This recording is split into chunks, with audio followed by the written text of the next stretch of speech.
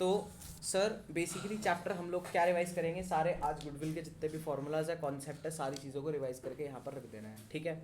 अब देखना फटाफट से, अगर हम बात करें सबसे पहले एक बेसिक चीज़ जो सबको पता होनी चाहिए कि गुडविल का एक्चुअल मीनिंग होता क्या है, ठीक है।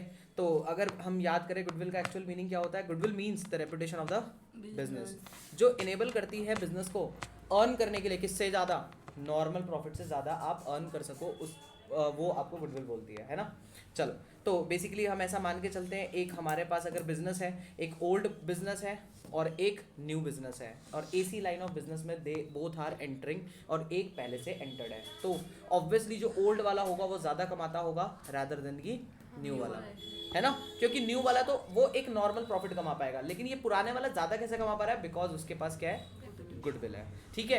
अब गुडविल की वैल्यूएशन की नीड पड़ती कहाँ पे है, जैसे कि मान के चलो आज मैं एक बिजनेस को परचेज करने जा रहा हूँ, तो ऑब्वियसली मेरे को गुडविल की वैल्यूएशन की नीड पड़ेगी। क्यों, आज अगर मेरे से कोई ये बिजनेस, मान के चलो मेरे पास मेरा एक बिजनेस रनिंग है जिसमें 10 लाख रुपए के एसेट्स पड़े हैं और 3 लाख रुपए की लाइबिलिटीज हैं, तो net worth of that business मेरे हिसाब से होनी चाहिए थी 7 लाख, है ना। तो ऐसा करते हैं ना यार, 7 लाख रुपए देते हैं, इस बिजनेस को खरीद लेते हैं, कोई भी बेच देगा इस बिजनेस को, क्यों बेचेगा, क्यों भाई, वो जो मेहनत करी इतने टाइम तक इसको सरवाइव करवाया, उसकी मेहनत का पैसा कौन पे करेगा। मैंने कहा ये तो बात ठीक है, तो उस एक्स्ट्रा पैसे को हम क्या बोलते हैं, गुडविल, और इसकी हमें कंसिडरेशन निकालनी पड़ती है जब हम दो बिजनेस परचेज हो रहा होता है या मर्जर्स हो रहे होते हैं, एक्विजिशंस हो रहे होते हैं, तब यहाँ पर इस तरीके की कुछ बातें होती हैं। This is the concept of goodwill, समझ में आया। अब बेसिकली हमारे पास अगर बिजनेस में देखा जाए तो दो तरीके की टाइप की गुडविल चलती है, कैसी, सेल्फ जनरेटेड और एक परचेज। अब मेरी बात एक बार वापस एग्जांपल पे आते हैं, हुआ क्या, ये बंदा इस बिजनेस को खरीदने जा रहा है, क्या करने जा रहा है, इस बिजनेस को खरीदने जा रहा है, तो ये बंदा तो इस बंदे को क्या कर रहा होगा, 5 लाख रुपए एक्स्ट्रा दे रहा होगा। कितने रुपए दे रहा होगा, 5 लाख रुपए एक्स्ट्रा दे रहा होगा, इसको, इस बिजनेस को दे रहा होगा या इस बिजनेस के ओनर को दे रहा होगा, ओनर को दे रहा होगा। तो क्या इस बिजनेस के बुक्स ऑफ अकाउंट में क्या कोई सवाल उठता है कि यहाँ पर वो रिकॉर्ड हो सके, गुडविल, नहीं, क्योंकि ये तो बंदे की खुद की कमाई हुई गुडविल थी और ये उस बंदे को मिलेगी, ना कि उसके बिजनेस को। ऑब्वियसली है बिजनेस की, लेकिन कमाई किसने है, ओनर ने, तो वो ओनर अपने पास पैसे रखेगा, यानी कि यहाँ पर जो सेल्फ जनरेटेड गुडविल है उसकी accounting entries books of account में आपको देखने को नहीं मिलती, है ना, मतलब वो रिकॉर्डेड नहीं होती रादर देन। लेकिन अब इस बंदे ने क्या करा है, इस गुडविल को खरीदा है क्या, और क्या उसके लिए कोई बिजनेस ट्रांजैक्शन ऑकर हुई है, हाँ सर उसके लिए कोई बिजनेस ट्रांजैक्शन ऑकर हुई है, और अगर वो बिजनेस ट्रांजैक्शन ऑकर हुई है तो हम ये बोल देंगे कि इसको तो उसको रिकॉर्ड करना पड़ेगा, क्योंकि हर बिजनेस ट्रांजैक्शन को हम अकाउंटिंग में अंदर रिकॉर्ड करते हैं। किसी को कोई डाउट परेशानी समस्या तो यही बोल दो, आगे बढ़ते हैं, ठीक है। चलो, तो इसी तरीके से हमारे पास दो तरीके की गुडविल निकल के आई, एक सेल्फ जनरेटेड गुडविल। एक्चुअली ये एक ट्रांजैक्शन के दो पार्ट्स हैं अगर समझ में जाए तो, कि एक बंदा जो बिजनेस बेच रहा है वो क्या हो गया, सेल्फ जनरेटेड गुडविल कहेगा उसको, और एक बंदा जो उसी गुडविल को खरीद रहा है वो उसको क्या कह देगा, परचेज्ड गुडविल। इसलिए मैंने सामने लिख दिया not recorded in books of account self generated, और अगर recorded in books of account है तो इट इज परचेज्ड गुडविल। अच्छा, अब मुझे आपसे एक बात पूछनी है, क्या ये जो परचेज्ड गुडविल है, purchased goodwill, is it a loss और प्रॉफिट, फॉर हुम, जो बाय कर रहा है, जो बाय कर रहा है उसके लिए ये प्रॉफिट है, उसके लिए तो लॉस है, हाँ, उसके लिए लॉस है पुत्र जी। कैसे, ये सोच के देखो, यहीं पर प्रैक्टिकली सब लोगों का ध्यान सामने मैं क्लियर करता हूँ। 10 लाख रुपए की चीज, 7 लाख रुपए की चीज हम 5 लाख रुपए एक्स्ट्रा देके खरीद रहे हैं एक तरीके से। मैंने इस तरीके से नहीं सोचा, क्यों, अब वो ले रहा है तो उसकी जो उसने वो खरीद ली तो उसकी जो रेपुटेशन है वो कुछ प्रॉफिट तो देगी ना, तब लोग वो देगी, और फ्यूचर के प्रॉफिट्स वैसे ही हम अकाउंट्स में रिकॉर्ड नहीं करते। तो आज तो फिलहाल हुआ क्या है, लॉस हुआ, डन हो गई बात। तो आप ऐसे सोचना है कि हमने 7 लाख रुपए की चीज 5 लाख रुपए एक्स्ट्रा देके खरीदी, तो हमारे लिए परचेज गुडविल एक लॉस हो गया। लेकिन अब एक बार बताओ, ये जो सेल्फ जनरेटेड गुडविल है, इज इट अ प्रॉफिट और लॉस, प्रॉफिट, प्रॉफिट किसके लिए, जो इसको बेच रहा होगा। सेल्फ जनरेटेड किसके पॉइंट ऑफ व्यू से होती है, बट पैसा तो इसकी तरफ से गया है ना, 5 लाख रुपए, अच्छा नहीं, पैसा उसको मिला उसको मिला है ना पुत्र जी, मिला है, कोई बात नहीं, हो जाता है। कोई डाउट यहाँ तक, आगे बढ़ जाए, ओके अगले पे आते हैं। मैंने कहा बस अब सारी कहानी क्या आती है, मैंने कहा मेथड ऑफ वैल्यूएशन, मतलब ये बंदा अब कहेगा ना, ये 5 लाख रुपए ऐसे ही नोशनल अमाउंट कुछ भी बोल देंगे, या फिर कुछ सोच समझ के कैलकुलेशन लगा के बात करी जाएगी, सोच समझ के कैलकुलेशन लगा के बात करी जाएगी। एग्जैक्ट वैल्यू तो कोई नहीं निकाल सकता है, लेकिन फिर भी अगर बात करी जाए एस्टिमेशन की, तो हाँ उसके लिए हमारे पास कुछ मेथड्स अवेलेबल हैं, जो कहते हैं लाओ सर हम आपको वो जो एक्स्ट्रा आपको कितना मांगना है या एक्स्ट्रा आपको कितना पे करना है, हम उसकी वैल्यूएशन आपके लिए निकाल सकते हैं। जिसके अंदर सबसे पहला मेथड क्या आता है, जल्दी बोलो, average profit method. Average purchase जो परचेज गुडविल होता है वो लॉस होता है, बिल्कुल लॉस होता किसके लिए? है जिसने खरीदा है। अच्छा ये वो है एवरेज प्रॉफिट वेज प्रॉफिट। अच्छा हाँ ठीक है, चलो अब हम बात करते हैं मेथड्स ऑफ वैल्यूएशन के बारे में। और सबसे पहला मेथड ऑफ वैल्यूएशन हमारे पास कौन सा आएगा, जल्दी बोलोगे, एवरेज प्रॉफिट मेथड। कौन सा आ रहा है, एवरेज प्रॉफिट मेथड। सर ये जो एवरेज प्रॉफिट, ये एवरेज प्रॉफिट का मतलब क्या होता है? अगर हम एवरेज की बात करें, फ्यूचर प्रिडिक्टिंग फिगर, जो आने वाले साल का हमको लग रहा है ये प्रॉफिट है, तो एवरेज प्रॉफिट का मतलब क्या हो गया, फ्यूचर प्रिडिक्टिंग प्रॉफिट। मतलब हमने पास्ट ट्रेंड को चेक करा, लेट सपोज हमारे पास पास्ट 3 साल के प्रॉफिट्स अवेलेबल हैं। सब लोग सुनना, लिख लेना आराम से। मैंने कहा मान के चलो हमारे पास पास्ट 3 साल के प्रॉफिट्स अवेलेबल है, 22, 23, 24 के, 1 लाख, 1.5 लाख और 1,10,000। मैं इसकी एवरेज करके निकालता हूं कि मेरे को फ्यूचर में 2025 में कितना प्रॉफिट होना प्रिडिक्ट होता है। ठीक है, तो मैंने एवरेज ली, मेरे को लगा, मैंने एवरेज निकाला। एवरेज कैसे निकाला, sum of all of profits divided by number of profits. ठीक है, मैंने कहा कि मेरे को आने वाले साल में मुझे लगता है कि मैं 1,20,000 रुपए तो 1 साल का कमा ही लूंगा। इतनी बात समझ में आई? ऑन एन एवरेज अच्छा, मेरा 1,20,000 ऑन एन एवरेज मैं 1,20,000 रुपए कमाता हूं, ऐसा बोल दूं? चलो, तो अब इसके बाद मैंने कहा हम क्या निकाल रहे हैं, सब लोगों का फोकस सामने फोकस करना, हम लोग क्या निकाल रहे हैं, हम लोग निकाल रहे हैं गुडविल। अब जब हम गुडविल निकालेंगे तो गुडविल के अंदर हम लोग क्या बोलेंगे कि सर सामने वाले का बिजनेस मैं परचेज करने जा रहा हूं, तो मेरे को एक्स्ट्रा पैसा देना है। मैं कितना दूंगा, जितना मैं उसके नाम पर कमा पाऊंगा उतना ही तो मैं उसको एक्स्ट्रा दूंगा। जितने साल में उसके नाम पर कमा पाऊंगा उतना ही मैं क्या दूंगा, उसको एक्स्ट्रा दूंगा। तो मैंने कहा उसका 1 साल का प्रॉफिट तो है 1,20,000 रुपए, और मैं उसके नाम पर ये प्रॉफिट कितने टाइम तक कमा पाऊंगा, 2 साल तक, ऐसा मान लेते हैं। यानी कि सामने एस्टिमेटेड है, ऐसा 2 साल भी हो सकता है, 1 भी हो सकता है, 1.5 भी हो सकता है, 3 भी हो सकते हैं, depend on the nature of business. जैसे कि अगर आज मैं अपने बिजनेस को सेल कर दूं तो तुम्हें कल ही पता चल जाएगा कि सर यहाँ से चले गए, है ना, क्योंकि मैं ही फेस हूं और मैं ही पढ़ा रहा हूं। बट हाँ मान के चलो मैं सिर्फ मैनेजमेंट संभालता होता, ठीक है, तो और कोई टीचर्स होते जो तुम्हें पढ़ा रहे होते, ठीक है, तो फिर क्या होता, फिर तुम्हें इतनी जल्दी शायद पता नहीं चलता कि ओनर कौन है, और इसीलिए उसी ओनर के नाम पर मैं तुम लोगों को, बच्चों का जो दूसरा बंदा होता वो तुम्हारे रेवेन्यू को अर्न कर पाता। लेट सपोज वो 2 साल तक पता नहीं चलता, तो हमने ये वही एस्टिमेशन वैल्यू दी जिसको हम बोलते हैं नंबर ऑफ परचेज ईयर। तो मैंने कहा 1,20,000 रुपए सामने वाले के नाम पर मैं कमा रहा हूँ कितने साल तक, 2 साल तक, तो मुझे उसको कितने पैसे दे देने चाहिए, इंटू में 2,40,000 रुपए मैं उसको दे दूंगा। And this is the amount of goodwill according to the average profit method. समझ में आ गई बात, according to the average profit method. तो फॉर्मूला क्या निकल के आता है, देख लेते हैं फटाफट से। मैंने कहा goodwill is equals to average profit multiplied by number of purchase year. और एवरेज प्रॉफिट कैसे निकलता है, sum of final profits divided by number of years. अब sir mark this word, sum of final profits. ऊपर हमने profits बड़ी आसानी से ले लिए, यही मेन टेक्निकल पार्ट एग्जिस्ट करता है, एडजस्टमेंट्स, है ना, क्योंकि हमें ये फाइनल प्रॉफिट, या फिर ऐसा भी बोल सकते हैं यहाँ पर हमें कौन सा लेना है, we have to take adjusted profits. देखेंगे एबनॉर्मल लॉसेस, एबनॉर्मल गेन, मतलब हमें उनके अंदर कुछ एडजस्टमेंट्स करनी है जिनको हमें रिमूव करना है यहाँ से। जो कि अब देखो पता है क्यों, मैं सामने वाले का बिजनेस खरीदने जा रहा हूँ, ऐसा सोच के चलना प्लीज। मैं अगर सामने वाले का बिजनेस खरीदने जा रहा हूँ तो मैं कौन से प्रॉफिट्स को कंसीडर करूंगा, जो बिल्कुल उसके नॉर्मल ऑपरेशनल प्रॉफिट्स होंगे। भाई तेरे बिजनेस में आग लग गई, मैं मान के चलूंगा मेरा बिजनेस बिल्कुल अच्छा चलेगा, तो मैं वो एबनॉर्मल लॉस कंसीडर नहीं करूंगा। वो तेरे प्रॉफिट्स में से माइनस हो रखा होगा, मैं उसको क्या कर दूंगा, ऐड बैक कर दूंगा। दैट्स व्हाई मैं हमारा लॉस नहीं होगा, हम ऐसा मान के चलेंगे, ठीक है। या फिर ये भी बोल सकते हैं हमारा लॉस वो नहीं है, ठीक है।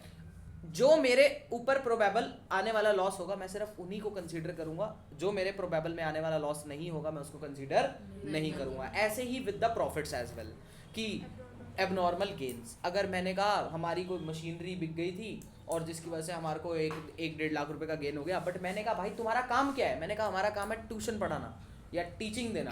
तो मैंने कहा भाई मशीनरी और इसका क्या लेना देना है? तो मैं वो बोलेगा बिल्कुल ठीक बात है। तो कहेंगे हम आपके मशीनरी वाले गेन को कंसीडर नहीं करेंगे, क्योंकि हम आपका बिजनेस परचेज कर रहे हैं, हम आपके ऑपरेशंस खरीद रहे हैं, हम आपका इस गेन को क्यों कंसीडर करें? क्लियर हुई बात?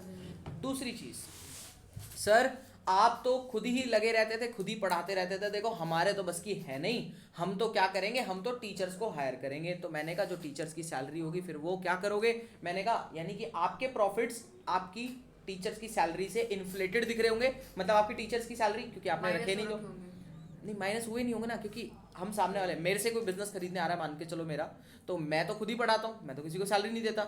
बट कल को वो बंदा आएगा, वो कहेगा मेरे को अकाउंट्स पढ़ानी नहीं आती, मैं तो टीचर रखूंगा।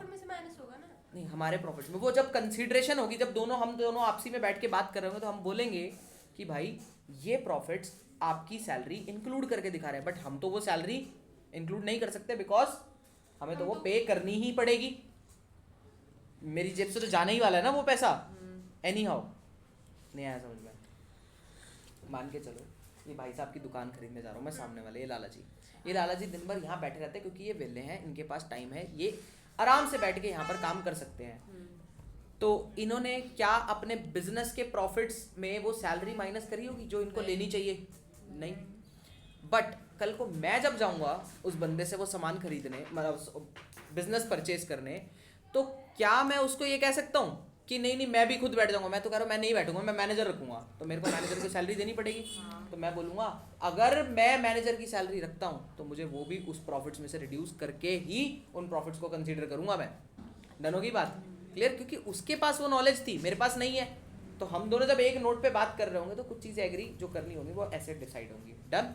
तो सिंपल सी बात है, एबनॉर्मल गेन्स को हम क्या करेंगे? माइनस। एबनॉर्मल प्रॉफिट्स को क्या करेंगे? सॉरी, एबनॉर्मल लॉसेस को क्या करेंगे? ऐड। ठीक है? और जो भी कंसीडर करने वाले खर्चे होंगे हम उनको माइनस कर लेंगे। जो भी नॉट कंसीडर करने वाली इनकम्स होंगी, सॉरी जो कंसीडर करने वाली इनकम्स होंगी उनको क्या कर लेंगे? ऐड कर लेंगे। कंसीडर करने वाली, नॉट एबनॉर्मल गेन्स। क्लियर? अभी आएंगे एग्जांपल्स। चलो कोई बात नहीं, हम लोग यहाँ से पूरी डिस्कशन कर लेते हैं, ये तो बातों बातों में डिस्कशन करा, पढ़ के डिस्कस करेंगे तो और समझ में आएगा। अब एडजस्टमेंट इन प्रॉफिट्स के अंदर अगर हम बात करें तो हमारे पास दो चीजें तो फिक्स आती हैं। कौन सी? ये तब होते हैं ना जब हम खरीदने वाले होंगे तो हम सामने वाले के प्रॉफिट्स देखते हैं। बिल्कुल, सामने वाले के प्रॉफिट देखते हैं तब फिर बाद में खरीदेंगे वो बिल्कुल उस बिल्कुल बिजनेस को। बिल्कुल। अच्छा ठीक है, डन? चलो तो अब मैंने कहा एडजस्टमेंट इन प्रॉफिट्स के अंदर बात करते हैं। एक बेसिक एडजस्टमेंट आपकी क्या रहेगी? एबनॉर्मल गेन माइनस करो, एबनॉर्मल लॉस ऐड करो। फिर इसके बाद कुछ स्पेशल टाइप की एडजस्टमेंट्स आती है जो आपको क्वेश्चंस में भी देखने को मिल जाएंगी। ठीक है? तो सबसे पहली मैनेजर रेम्यूनरेशन, जो मैंने आपसे अभी बात करी कि आप मैनेजर नहीं रखते थे बट हम तो मैनेजर रख के काम करवाएंगे, तो मैनेजर की सैलरी भी अपने प्रॉफिट्स में से रिड्यूस करो। तो मैंने कहा या तो हमारे पास दो ऑप्शन है, या तो सारे साल के प्रॉफिट्स में से रिड्यूस कर दें, या फिर हम डायरेक्ट एवरेज प्रॉफिट निकाल लें पहले और उसमें से एक बार माइनस करेंगे। सारे में से करेंगे तो अलग आएगा फिर आंसर? नहीं, कुछ अलग नहीं आएगा, क्योंकि सेम अमाउंट अगर डेटा में से रिड्यूस करो तो उसकी एवरेज भी उतने से ही रिड्यूस हो जाती है। अगर आप लोगों ने 11th क्लास में मीन पढ़ा हो तो सेम ही ये चीज़ अप्लाई होती है। डन? खैर किसी में से भी कर लेना, बट अगर कुछ केस ऐसा आया जिसमें ऊपर भी एडजस्टमेंट्स हैं तो थोड़ा सा दिक्कत कर जाता है ये केस। ठीक है? तो मैं ये प्रेफर करता हूँ कि आप एवरी ईयर से रिड्यूस करो तो ज़्यादा बेटर है। ठीक है? चलो, इसके बाद अगली बात आती है इंश्योरेंस ऑफ गुड्स के बारे में। सर आप तो ठहरे बादशाह आदमी, आपने कुछ नहीं कराया इंश्योरेंस। मैंने कहा हमारा तो ये है, हम तो लॉस चीज़ों को प्रिडिक्ट करके चलेंगे, तो हम इंश्योरेंस करवा के चलेंगे गुड्स का। तो हम अब उस प्रॉफिट्स में से आपके इंश्योरेंस प्रीमियम को भी कंसीडर करेंगे, तो माइनस करेंगे, यानी कि same treatment, reduce from every year profit and reduce from या फिर एवरेज प्रॉफिट। डन? चलो, इसके बाद आती है मेन एडजस्टमेंट स्टार्ट हो जाती हैं। ये दो एडजस्टमेंट समझ में आ गई? कुछ नहीं करना, या तो सारे ईयर के प्रॉफिट में से माइनस कर दो या एवरेज प्रॉफिट में से माइनस कर दो। आगे बढ़ते हैं। दूसरा आया क्लोजिंग स्टॉक की एडजस्टमेंट के बारे में बात करते हैं। सर क्लोजिंग स्टॉक की एडजस्टमेंट क्या होती थी? अगर मैं वैसे रटवाने की बात करूं, फटाफट से खत्म करें, तो क्लोजिंग स्टॉक एक हमारा, ऐसे मानना, चलो रटवाना क्या लॉजिक डिस्कस करते हैं, क्लोजिंग स्टॉक हमारा प्रॉफिट होता है क्योंकि ट्रेडिंग अकाउंट की क्रेडिट साइड रहता है। ठीक है? तो अगर क्लोजिंग स्टॉक आपने ओवर वैल्यू कर दिया तो प्रॉफिट ज्यादा दिखा रखे हैं, यानी कि आपके प्रॉफिट्स कैसे दिख रहे होंगे उस साल के? ज्यादा। तो क्या करते हैं हम उसको कम कर देते हैं, माइनस कर देंगे। इसलिए हमने क्लोजिंग स्टॉक की ओवर वैल्यूड वाली एडजस्टमेंट में पहले क्या करते थे, करंट ईयर में माइनस, बट अब अगले साल में उसका अपोजिट कर देना है बस। तो नेक्स्ट ईयर में आप क्या कर दोगे, ऐड कर दोगे, जस्ट नेक्स्ट ईयर। और इसका लॉजिक भी बता देता हूँ। लॉजिक ये है कि इस साल का क्लोजिंग अगले साल का क्या बनेगा, ओपनिंग। अब ओपनिंग में, ओपनिंग क्या होता है, एक्सपेंसेस होते हैं, यानी कि एक्सपेंसेस आपने क्या दिखा रहा है, ज्यादा, जिसकी वजह से प्रॉफिट दिख रहा है कम, तो बढ़ाओ, दैट्स व्हाई ऐड। मैं इतना लॉजिक नहीं आपके साथ डिस्कस करना चाहता, मैं तो कहता हूँ सीधा, अगर करंट ईयर का डिसाइड हो गया, अगला वाला उससे उल्टा करके आ जाओ, उससे नेक्स्ट ईयर में। और करंट ईयर का कैसे डिसाइड करोगे, closing stock is your profit, over valued है, ज्यादा दिखा रहा है, कम करो, माइनस, फिर नेक्स्ट ईयर में क्या कर दो, ऐड कर दो। ऐसे ही same, closing stock undervalued है, अंडर वैल्यूड का मतलब हो गया कम से दिखा रखा है, तो प्रॉफिट कम दिखा रखा है, बढ़ा दो, प्लस कर दो, इस साल में प्लस, अगले साल में माइनस, बात खत्म। ये यहाँ पे लिखा हुआ है, ठीक है। चलो आगे बढ़ते हैं, द मोस्ट इंपॉर्टेंट एडजस्टमेंट है ना, कौन सी, रेवेन्यू एक्सपेंडिचर और कैपिटल एक्सपेंडिचर वाली। पहले हमें ये समझना पड़ेगा what is a revenue expenditure and what is a capital expenditure. याद है कुछ रेवेन्यू जो ऐसे आइटम्स जो कंप्लीटली अमाउंट से पीएनएल से चार्ज हो जाते हैं, मतलब कि पूरा पूरा वो लॉस दिख जाता है, हमें उसमें कोई प्रोपोर्शनेट अमाउंट हम चार्ज नहीं करते हैं, जैसे डेप्रिसिएशन लगा के नहीं चार्ज करते हैं। मान के चलो मैंने 5 लाख रुपए की कोई चीज़ खरीदी, 5 लाख का 5 लाख वो सीधा मैंने अपने प्रॉफिट्स में से क्या कर दिया, रिड्यूस कर दिया, ठीक है। इस टाइप के जो भी खर्चे होते हैं जो डायरेक्टली चार्ज हो जाते हैं पीएनएल से, इसको हम बोलते हैं रेवेन्यू एक्सपेंडिचर, ठीक है। जैसे कि वो आपके ट्रैवलिंग एक्सपेंस हुआ करता था, फैक्ट्री एक्सपेंसेस, और आपका रेंट हो गया, और वेजेस हो गया, सैलरीज हो गई, ये सब क्या है, रेवेन्यू एक्सपेंडिचर्स है। बट कैपिटल एक्सपेंडिचर्स कैसे होते हैं, जो वन टाइम में चार्ज नहीं होते पीएनएल से, वो पार्ट्स में चार्ज होते हैं, मतलब पार्ट ऑफ द ईयर्स में चार्ज होते हैं, ठीक है। देखना कैसे, यानी कि मान के चलो आपने कोई आज मशीनरी परचेज करी 10 लाख रुपए की, ठीक है, जिसकी लाइफ है 10 साल की, तो हर साल आप उसमें से 1 लाख रुपए चार्ज करोगे पीएनएल में, बट बचा हुआ अमाउंट आप संभाल के रखोगे अगले साल चार्ज करने के लिए, है ना। तो यानी कि आपने कैपिटल एक्सपेंडिचर के केस में सही ट्रीटमेंट क्या है, पहले ये बताओ। तो कैपिटल एक्सपेंडिचर होगा तो पार्ट्स में अमाउंट चार्ज होगा, कैसे होगा, पार्ट्स में अमाउंट चार्ज होगा। और रेवेन्यू एक्सपेंडिचर का ट्रीटमेंट होगा तो directly complete whole amount charge हो जाएगा। कोई डाउट यहाँ तक। अब गलती क्या होती है कंसिडरेशन के अंदर, कि रेवेन्यू एक्सपेंडिचर को हो सकता है कोई बंदा कैपिटल एक्सपेंडिचर ट्रीट कर ले। यानी कि मान के चलो मैंने मशीनरी पे एक रिपेयर कराई, समझना प्लीज, मैंने कहा मान के चलो मैंने मशीनरी पे क्या कराई, एक रिपेयर कराई। अब एक बंदा जो अकाउंटेंट है वहाँ जो अकाउंटिंग कर रहा है, वो ये भी तो सोच सकता है यार रिपेयर है, मतलब मशीनरी की कुछ ना कुछ वैल्यू बढ़ी है, चलो मशीनरी में डेबिट, मशीनरी अकाउंट में डेबिट मार देते हैं। होना नहीं चाहिए, अटपटा लग रहा है, लेकिन अगर ऐसा कर दे वो तो उसने गलत कर दिया है। तो हमें क्या करना पड़ेगा, वो जो अब मशीनरी के अंदर जो एड बैक हुआ है, मतलब जो मशीनरी के अंदर ऐड हुआ है, उसकी वजह से डेप्रिसिएशन का अमाउंट क्या होगा, बढ़ गया होगा। पहले तो उसको रिड्यूस करो, मतलब डेप्रिसिएशन को ऐड बैक कर लो, माइनस नहीं ऐड बैक करना पड़ेगा, क्योंकि डेप्रिसिएशन माइनस होता है प्रॉफिट्स के अंदर। डेप्रिसिएशन ऐड बैक, बट वो अमाउंट एक बार में कंप्लीटली चार्ज हो जाना चाहिए था पीएनएल में से। तो जिस भी साल की वो गलती है उसमें से पहले वो पूरा क्या कर दो, माइनस कर दो, और डेप्रिसिएशन उसमें से क्या करते चलो, ऐड बैक। ये कौन सी गलती थी, when revenue expenditure is treated as capital expenditure. अभी मैं सारे एग्जांपल दिखाऊंगा, बस एक समराइज वे में पहले समझा रहा हूँ। फिर कैपिटल एक्सपेंडिचर को ट्रीट करो कैसे, अगर गलती से ट्रीट कर लिया आपने रेवेन्यू एक्सपेंडिचर के तरह। जैसे कि मान के चलो मैंने एक मोटर व्हीकल खरीदा, और मैंने कहा ये तो मोटर व्हीकल ट्रैवलिंग के लिए यूज होता होगा, तो चलो इसको ट्रैवलिंग एक्सपेंस बना देते हैं, ठीक है। तो मोटर व्हीकल मैंने 5 लाख रुपए का खरीदा, वो एसेट बन के डेप्रिसिएशन चार्ज होना चाहिए था, बट मैंने क्या कर दिया, एक ही बार में पूरा माइनस कर दिया। तो क्या करें, जो पूरा अमाउंट माइनस करा है पहले उसको क्या कर दें, ऐड बैक, और फिर जो डेप्रिसिएशन लगाना चाहिए था उसको हर साल तक लगा दो, माइनस कर दो, इस साल में भी, अगले साल में भी, जितने भी अगले साल आपके पास अवेलेबल है सब में से। ये लो जी, this is the conclusion of this. But हम लोग यहाँ पे दिखा भी देता हूँ, revenue expenditure charge as capital expenditure. क्या बताया था, रेवेन्यू एक्सपेंडिचर को हमने क्या कर दिया है, कैपिटल एक्सपेंडिचर मान लिया है, तो हमने डेप्रिसिएशन लगा दिया, मतलब तो डेप्रिसिएशन को ऐड बैक करो, add depreciation in the every, मतलब करंट ईयर में भी और उससे फर्दर ईयर जितने भी हों, और पूरा होल अमाउंट एक बार में माइनस होना चाहिए था, तो होल अमाउंट आप माइनस भी करोगे। डन। दूसरा केस था, और मैंने यहाँ पे एग्जांपल भी लिखा हुआ है, ठीक है, आप देख सकते हो। इसके बाद capital expenditure charges revenue expenditure, इसके अंदर क्या था, कैपिटल एक्सपेंडिचर है, हमने कैसे चार्ज कर लिया, रेवेन्यू में, तो भाई डेप्रिसिएशन लगना चाहिए था कि नहीं लगना चाहिए था, लगना चाहिए था, डेप्रिसिएशन माइनस करो, और होल अमाउंट माइनस नहीं होना चाहिए था, ऐड बैक कर लो। डन। चलो clear.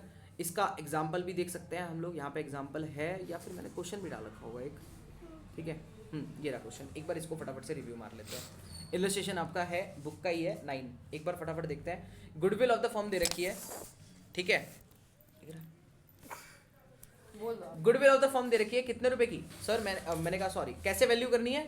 2 year purchase of the weighted average profit. Weighted average profit कैसे निकलेगा इसी क्वेश्चन के थ्रू समझा दूंगा, ठीक है। चलो, और लास्ट 5 ईयर और वेट्स असाइन सबको बोल दिया 1 2 3 4 5 साल, 5 साल के प्रॉफिट है, 5 साल के वेट दे दिया आपको, कोई दिक्कत नहीं। चलो, इसके बाद क्या बोलता है 31 मार्च 2015, 16, 17, 18, 19 ये इसके प्रॉफिट्स आपको ये दे रखे नीचे। डन।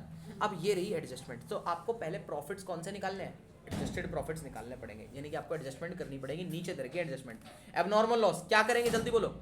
प्लस कर देंगे। एबनॉर्मल गेन क्या करेंगे? माइनस। ये तो आंख बंद करके, इसमें टेंशन है। बट कौन से साल में है? 2015 में, तो 2015 यहाँ, 2016 यहाँ, इसमें ये कर देना ट्रीटमेंट। डन।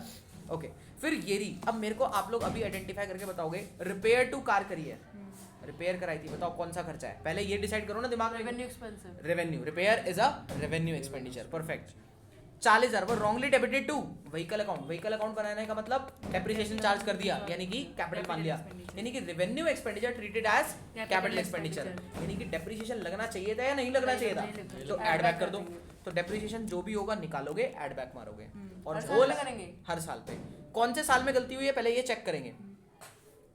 अब ये चेक करने का तरीका क्या है देखना, जोन सी भी डेट दे रखी हो, कब करा था ये काम? 1 जनवरी 2018 में। तो मैं पता है, मैं ये मेथड सबसे प्रेफर करता हूँ।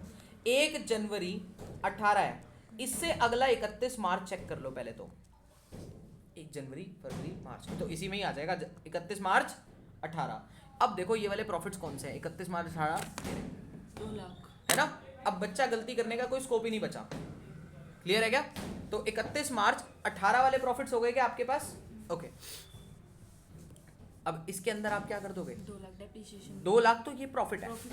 अब डेप्रिसिएशन का काम करते हैं। तो मैंने कहा सबसे पहले डेप्रिसिएशन क्या करना था? ऐड या माइनस? ऐड करना था। तो निकालते हैं। 40,000 पे कितना लगेगा?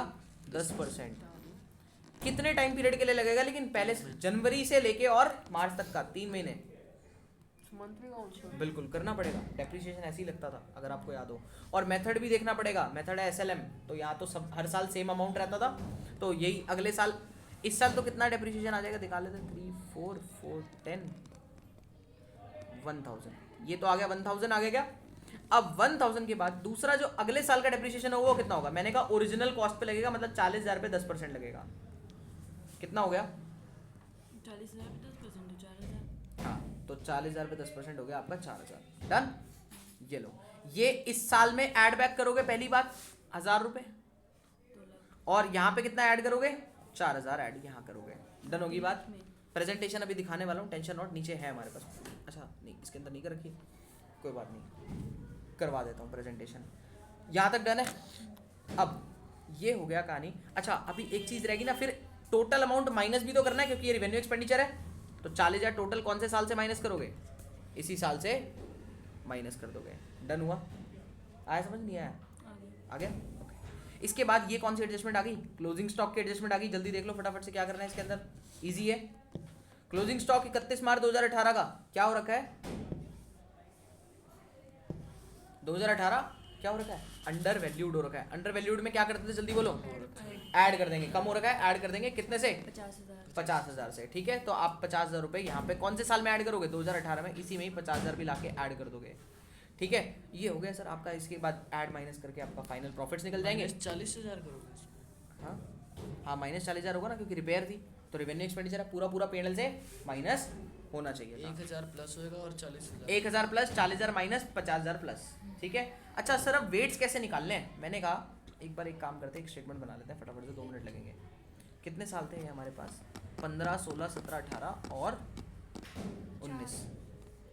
15, 16, 17, 18 और 19 इनटू कर देंगे वेट से प्रॉफिट को। मैं कहता हूँ जो भी आपका या मैं चलो आपको प्रॉफिट पूरा कैलकुलेट करके दिखाई दूंगा। क्वेश्चन 2 मिनट लगेंगे, कर लेते हैं। क्या क्या दे रखा है? 36, 170, 190, 170, 190, फिर और क्या दे रखा है? 2 लाख और 3,50,000। 1 2 3 ठीक है, अभी नहीं, अभी इस पे थोड़ी वेट लगाओगे, पहले एडजस्टमेंट तो कर लो। एडजस्टमेंट किस किस की करोगे? एबनॉर्मल लॉस, एबनॉर्मल गेन और ठीक है चलो इसकी करते हैं पहले। तो अब नॉर्मल लॉस का क्या करना था, ऐड कितने का है नॉर्मल लॉस, 50,000 का। कौन से साल में है, 2015 में। ये लो यहाँ ये ऐड हो गया। इसके बाद गेन है 2016 में 30,000 का, ये माइनस कर देना। डन। इसके बाद और क्या है, 40,000। इसकी एडजस्टमेंट तो हमने लिखी ली थी ना, फटाफट से इसको कर देते हैं। ये न्यूट्रल प्रॉफिट है, इसमें अंदर कुछ हुआ नहीं है।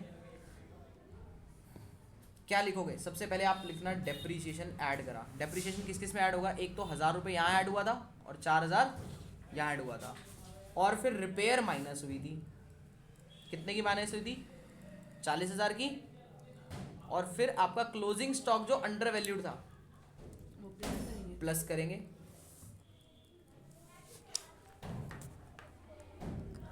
देखना कहाँ पे, यहाँ पे 50,000 प्लस करोगे। लेकिन एक और एडजस्टमेंट क्या थी, फिर नेक्स्ट ईयर में क्या करते थे, माइनस माइनस करते थे। कितना, 40,000, सॉरी 50। कोई डाउट यहाँ तक। अब ये आपका फाइनल प्रॉफिट निकल जाएगा। सेकंड देना, शीट ऐड कर लेना।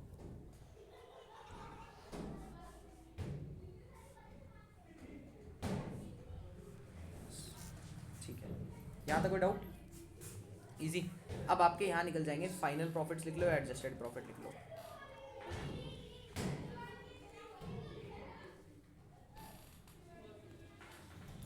एक बार निकाल दूँ, 36,000 प्लस 5 86।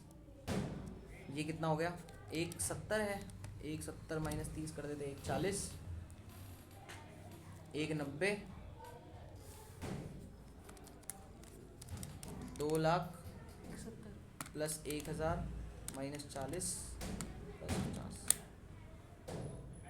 क्या, 2,11,000 चेक कर लेंगे, सही है वैसे तो। 350, हाँ वही तो आएगा 50 में 40 में। हाँ तो 3,04,000 होगा ना,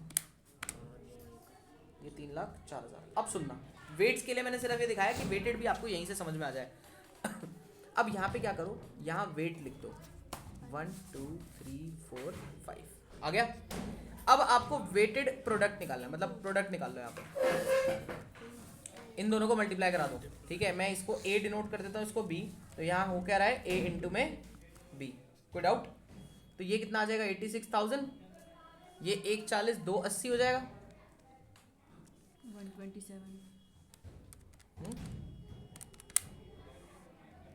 ओ 3 है, 57 आया, 5 लाख। 19 है ना, अरे 327 और 303। ऊपर कहाँ से नहीं ठीक है, 844 ये आ गया। उसके बाद 3,04,000 इंटू में 5 कितना हो गया, 15,20,000। डन, ये हो गया। अब बेसिकली आपका वेटेड एवरेज प्रॉफिट निकलेगा कैसे, प्लस कर दो इन सबको पहले प्लस कर दो। समीशन ऑफ प्रोडक्ट इनटू में number of units. Divided by summation of weight, ठीक है। वेट का समीशन डालोगे तब एवरेज वेटेड एवरेज प्रॉफिट निकलेगा। 6,000।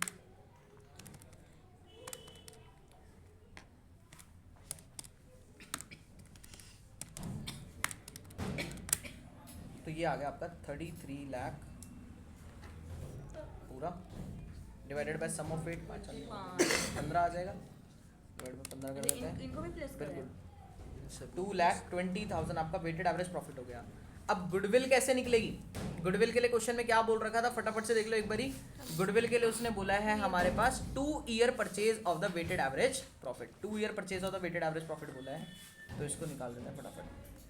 तो मल्टीप्लाई बाय 2 ही करना, और करना क्या है,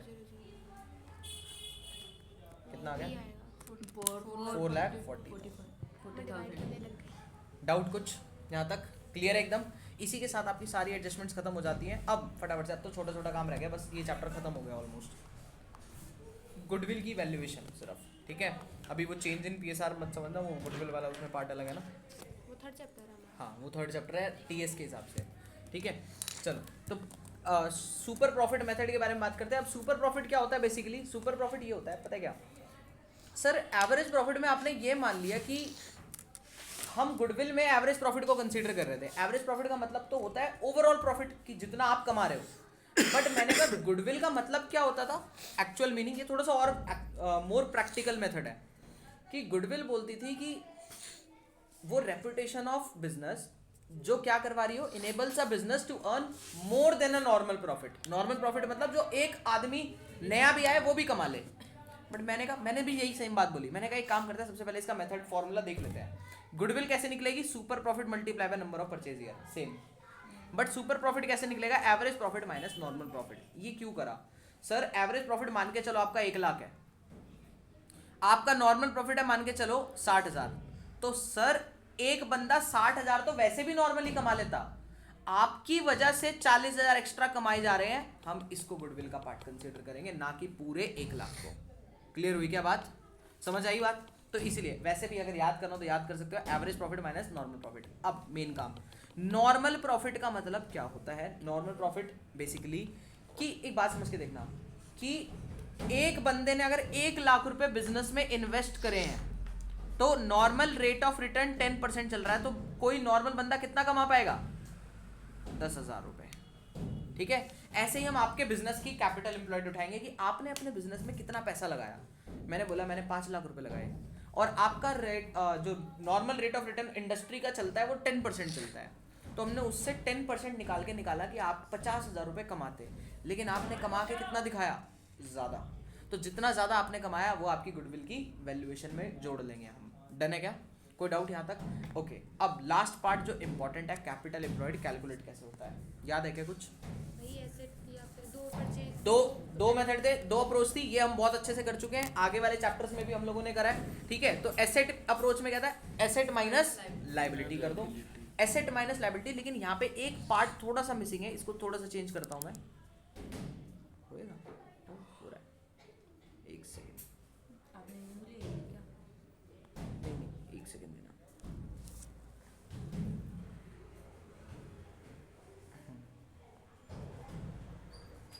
अब देखना, मेरे यहाँ पे एक चीज लिखना है, एसेट्स के अंदर क्या चीज एक्सक्लूड रहती थी, कोई बताएगा वही इंटरेस्ट। क्या? दोबारा बोलो जरा, दोबारा बोलो। मैंने याद की थी, अब भूल गई। चलो देखना प्लीज प्लीज फोकस। एसेट्स के अंदर एसेट साइड में से जितने भी एक्यूमुलेटेड लॉसेस थे, एक्सक्लूडिंग एक्यूमुलेटेड, अभी लिख रहा हूं मैं नीचे, एक्यूमुलेटेड लॉसेस के अंदर क्या क्या आता है, रिजर्व्स नहीं, गुडविल, कौन सी वाली, परचेज वाली जो आपने बैलेंस शीट में अगर लिख रखी हो, और साथ में एडवर्टीजमेंट सस्पेंस या फिर पीएनएल का डेबिट बैलेंस, वो यहाँ से एक्सक्लूडेड रहेगा। क्या रहेगा? एक्सक्लूडेड रहेगा, क्योंकि वो एसेट में हम इसको कैपिटल एम्प्लॉयड के टाइम पर उसको कंसीडर नहीं करेंगे। ठीक है, चलो। तो इसमें तो रिजर्व आ जाएंगे। अब लाइबिलिटीज में मैं बता रहा हूँ, लाइबिलिटीज में क्या करके चलेंगे, लाइबिलिटीज में हम एक्सक्लूड करके चलेंगे, हाँ वही एक्यूमुलेटेड प्रॉफिट्स एक तो, एंड साथ में पार्टनर्स की कैपिटल को भी, क्योंकि ये एक्चुअली पता है क्या है, ये जो इन सारे ये जो बचा हुआ मेथड है, जिन चीजों को एक्सक्लूड करा, अगर उसी को सम अप कर दूं तो दूसरी वाली अप्रोच बन जाती है लायबिलिटी अप्रोच। कौन सी वाली अप्रोच बन जाती है? Liability approach. अब लायबिलिटी अप्रोच में क्या होता है, टोटल कैपिटल उठा लो, साथ में बैलेंस शीट वाले प्रॉफिट्स, बेसिकली आपके वही एक्यूमुलेटेड प्रॉफिट्स के अंदर क्या क्या आता है, पीएनएल का क्रेडिट बैलेंस, रिजर्व्स, यही दोनों चीजें होती है। रिजर्व्स के अंदर स्पेसिफिक और जनरल दोनों, और स्पेसिफिक के अंदर 2 ही होते हैं, WCR और IFR। डन, ये आ गया। और लॉसेज आप माइनस कर दो तो आपका क्या निकल जाएगा, कैपिटल एम्प्लॉयड निकल जाएगा। ठीक है, ये तो एस्टिमेटेड कैपिटल है। नहीं ये एस्टिमेटेड नहीं है बेटा, ये एक्चुअल है। एस्टिमेटेड होती थी वो जो हम रिवर्स करके रेसिप्रोकल वगैरह करके निकालते थे। ठीक है, चलो। Actual capital. और अगर आपको पढ़ना हो कि प्रॉफिट के अंदर क्या क्या है तो मैं ये नोट्स दे दूंगा, उसके अंदर से पढ़ लेना। ठीक है, रिजर्व्स है, ये सारे हैं, रिवाइज मार लेना, पढ़ा तो रखा है ये सारी चीज़ें। ठीक है, ये लो। ओके, फिर मैंने एक क्वेश्चन दिया था बैलेंस शीट वाला, ये बनाया था हम लोगों ने, एक बार इसको ओवरव्यू मारते हैं। मशीनरी दे रखी है यहाँ पर, पीएनएल का डेबिट बैलेंस दे रखा है, सारी चीज़ दे रखी है, नॉर्मल रेट ऑफ रिटर्न दे रखा है। ठीक है, और goodwill is valuated at 150% of super profit. तो सबसे पहले हमें क्या निकालना पड़ेगा, कैपिटल एम्प्लॉयड। कैपिटल एम्प्लॉयड कैसे निकलेगा, मैंने कहा नॉर्मल अप्रोच फॉलो कर लेते हैं, कैपिटल प्लस ये सारे रिजर्व्स और ये प्रॉफिट्स हो गए, और ये आपको लॉसेस दे रखे हैं कहीं ना कहीं, अगर आप मैच करोगे तो ये ऐड मारना, ये इसमें से सब्ट्रैक्ट कर देना तो आपकी क्या आ जाएगी, कैपिटल एम्प्लॉयड आ जाएगी 11,30,000 की। उसके ऊपर नॉर्मल प्रॉफिट लगाना, कितना दे रखा है आपको 12% का, 12% पे से उसके बाद यहाँ पे आ जाना सुपर प्रॉफिट। सुपर प्रॉफिट कैसे निकलेगा, एवरेज प्रॉफिट क्वेश्चन में दे रखा होगा, दे रखा है 1,80,000, उसमें से नॉर्मल प्रॉफिट माइनस करो, ये आ गया। इसमें ऊपर क्या लगा देना, गुडविल क्या बोला है, goodwill is valuated at 150% of super profit, ये आया सुपर प्रॉफिट, इस पे 150% करोगे तो क्या आ जाएगा आपका, गुडविल आ जाएगी। डन, चलो कोई डाउट यहाँ तक। इसके बाद ये क्वेश्चन है कुछ, इसको आप प्रैक्टिस कर सकते हो, जरूरी नहीं है, सारी चीज़ें हमने यहाँ पर कवर कर ली। ये capital employed for asset approach मैंने करवा दिया, इसको करने की जरूरत नहीं है, ठीक है। लास्ट मेथड पे चलते हैं, कैपिटलाइजेशन ऑफ एवरेज प्रॉफिट, ठीक है। देखना sir, capitalization of average profit का मतलब क्या होता था, एवरेज प्रॉफिट की कैपिटलाइजेशन। पहले मैंने इसका फॉर्मूला लिखूंगा और एक बार एक्सप्लेन करूंगा, उसके बाद फिर एक्सप्लेनेशन पे आएंगे, मतलब इसकी डिटेल एक्सप्लेनेशन। पहली बात, एवरेज प्रॉफिट की कैपिटलाइजेशन करनी है, कुछ नहीं, एवरेज प्रॉफिट को उठाओ, डिवाइड कर दो एनआरआर। गुडविल निकालनी है अगर आपको ऐसे, तो आप क्या करोगे, एवरेज प्रॉफिट उठाओगे, डिवाइड करोगे एनआरआर। ये एनआरआर क्या है, नॉर्मल रेट ऑफ रिटर्न, उसमें से एक्चुअल कैपिटल एम्प्लॉयड माइनस कर देना, जो मैंने आपको अभी कैलकुलेट करनी सिखाई ऊपर, सेम है वो, ठीक है। तो अब ये बेसिकली आपकी कुछ नहीं है, ये आपकी एस्टिमेटेड कैपिटल ही अगर देखा जाए तो, ठीक है। This is called your EC, है ना। अब इसकी एक वर्किंग देखते हैं नीचे यहाँ पर। अगर मैं बोलूँ यहाँ पर ऐसा देखते हैं, एक मिनट, मैं दो फिगर देता हूँ आपको। एक मैंने आपको एवरेज प्रॉफिट दे दिया, कितने का दिया, मान के चलो 1,00,000 रुपए का। इसके मीनिंग्स भी समझ लेना, ये फॉर्मूला हमें ये कैसे निकाल रहा है गुडविल को। एवरेज प्रॉफिट दिया आपको 1,00,000 रुपए का, ठीक है। मैंने एनआरआर दे दिया आपको 10% का, कितने परसेंट का दिया, 10% का। और मैंने आपको कैपिटल एम्प्लॉयड भी दे दी, कितने की, लेट्स सपोज आपकी दे देते हैं 7,00,000 रुपीज की, मैंने आपको एक्चुअल कैपिटल एम्प्लॉयड दे दी। अब समझना, पहले हम इतने पार्ट को समझते हैं। जो फॉर्मूला था गुडविल का, उसमें क्या था, जो फर्स्ट पार्ट था वो था average profit divided bye NRR. Sir इसका मतलब क्या है, यानी कि इंडस्ट्री का रेट चलता है 10%, और अगर आपका प्रॉफिट देखा जाए, आपका प्रॉफिट कितना है, 1,00,000, ठीक है। मैंने कहा 10% अगर लोग प्रॉफिट कमाते हैं और वही आपका इक्विवेलेंट 1,00,000 है, तो मैंने इसको डिवाइड मार के, पता है मैंने क्या निकाली, एस्टिमेटेड कैपिटल निकाली। कैसे, कितनी आ जाएगी वो, 10,00,000 आएगी। इसको डिवाइड में ले जाएंगे, बिकॉज 1,00,000 डिवाइड बाय 10% करा मैंने, ठीक है। तो ये क्या आ गया आपका 10,00,000, ये क्या आया, एस्टिमेटेड कैपिटल। यानी कि जब लोग 10,00,000 रुपए, इसका मीनिंग पता है क्या, सब लोग ध्यान से समझना, जब लोग 10,00,000 रुपए लगाते हैं तो जाके वो अपने नॉर्मल रेट ऑफ रिटर्न के हिसाब से कितने रुपए कमा पाते हैं, 1,00,000। बट सर आप महान हो, आपने क्या कर दिया, उतना ही प्रॉफिट कमाया लेकिन कितनी कैपिटल लगा के, 7,00,000, यानी कि 3,00,000 रुपए की फिर क्या हो गई आपकी, गुडविल। समझ में आई बात, एक बार दोबारा बोलता हूँ।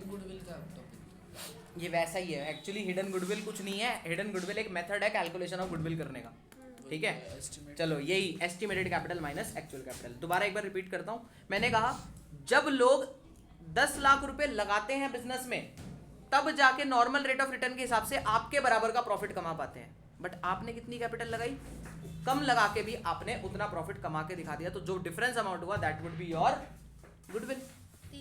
3,00,000 रुपए गुडविल हो गई, यानी कि लोगों ने लगाए थे 10,00,000, आपने कितने लगाए सर, फिर ये बता दो। मैंने कहा माइनस 3,00,000 कर देते, और मतलब 7,00,000 कर देते हैं। इन लोगों ने 3,00,000 की वो करी होगी, तो ये ऐसा क्या, हाँ तो 3,00,000 फिर हमारी गुडविल आ गई, बेसिकली हमने 3,00,000 रुपए की एक्स्ट्रा मेहनत करी है ना। चलो तो ये हो गया एक, ये आपका मेथड। अब दूसरा मेथड कुछ नहीं है, it is just a mathematical simplification of average profit capitalization. कौन, capitalization of super profit. Please सब लोग ध्यान से समझना, क्या बोल रखा है यहाँ पर, कैपिटलाइजेशन ऑफ सुपर प्रॉफिट में गुडविल कैसे निकलेगी, बहुत simple, super profit divide by NRR into 100 goodwill आ जाएगी। क्या करोगे, सुपर प्रॉफिट, क्लियर, क्या कर देंगे, super profit divided by normal rate of return into में 100 कर दोगे, सीधी आपकी गुडविल निकल आएगी। यानी कि आपको यहाँ पे average profit divided bye NRR minus actual capital employed वाला जो पार्ट था ना, वो नहीं करना, यहाँ सीधा उठाया सुपर प्रॉफिट, डिवाइड करा एनआरआर से, और आपकी क्या आ जाएगी, गुडविल आ जाएगी। कोई डाउट इसके अंदर। अब सुनना, ये कुछ नहीं है, it is just a mathematical simplification of average profit capitalization. दिखाऊं एक बारी, बस लास्ट है, प्लीज देखना। क्या बोला, सबसे कैपिटलाइज्ड वैल्यू किस में होती है, हमें कैपिटलाइज्ड वैल्यू निकालनी होती है। कैपिटलाइज्ड वैल्यू, वो तो एडमिशन वगैरह में हमने बात करी थी ना शायद, यहाँ पे थोड़ी, नहीं गुडविल में ही तो होती है। कैपिटलाइज्ड वैल्यू, याद नहीं आ रहा। यही होती है वो एक्चुअली कैपिटलाइज्ड वैल्यू। अगर बोलेंगे भी तो इसी को बोलेंगे, ठीक है। चलो एक जो चीज़ समझा रहा हूँ उसको समझ लो। क्या बोला मैंने? एवरेज प्रॉफिट कैपिटलाइजेशन जो मेथड था ना आपका, जिसमें average profit divide by NRR करा था, माइनस क्या करा था? एक्चुअल कैपिटल एम्प्लॉयड करा था। कुछ नहीं है, सुपर प्रॉफिट बस इसी का मैथमेटिकल सिंप्लीफिकेशन है। सर कैसे? मैंने कहा एक काम करते हैं, इसका एलसीएम लूँ जरा, अपॉन में लेते हैं, एनआरआर आ जाएगा। इधर तो एवरेज प्रॉफिट ही रहेगा, बट इधर क्या आ जाएगा? ACE इनटू में एनआरआर पहुंच जाएगा, क्योंकि वो एलसीएम लेंगे तो ऊपर एनआरआर मल्टीप्लाई में आ जाएगा। अब अगर आप इतने पार्ट को ऑब्जर्व करो तो ये क्या है? Actual capital employed multiply by NRR is equal to your normal profit. Normal profit का फॉर्मूला क्या था? Capital employed multiply by NRR, यही तो है वो। तो मैं इसको रिप्लेस करके क्या लिख सकता हूँ? Average profit minus normal profit divided bye NRR. और अगर आप बोलोगे average profit minus normal profit, वो क्या होता है? Super profit. तो सर ये तो कोई नया मेथड हुआ ही नहीं, ये तो बस उसका ही मैथमेटिकल सिंप्लीफिकेशन है। बताओ, एलसीएम लेने को एक और मेथड बता दिया। क्लियर है? ठीक है। मैं बट तो कुछ बोला ही नहीं, हमने कब बोला? चल इसी के साथ डन हो जाता है। बस इसके कुछ क्वेश्चंस हैं जो मैंने इसी के अंदर डाल रखे हैं, जैसे ये कुछ इंपॉर्टेंट क्वेश्चंस हैं, इनको एक बार रिवाइज कर लेना सारे। मतलब जो एग्जांपल डिस्कस करें उसी के मोल्ड क्वेश्चंस हैं और कुछ नए नहीं हैं, ठीक है। एक सेशन और इसका रख लेंगे साथ में 10-15 मिनट का, जिसके अंदर वो हम कर लेंगे, क्या कहते हैं, सैम्पल पेपर के क्वेश्चंस वगैरह जो भी आते हैं, ठीक है, उनको ओवर गो कर लेंगे। डन।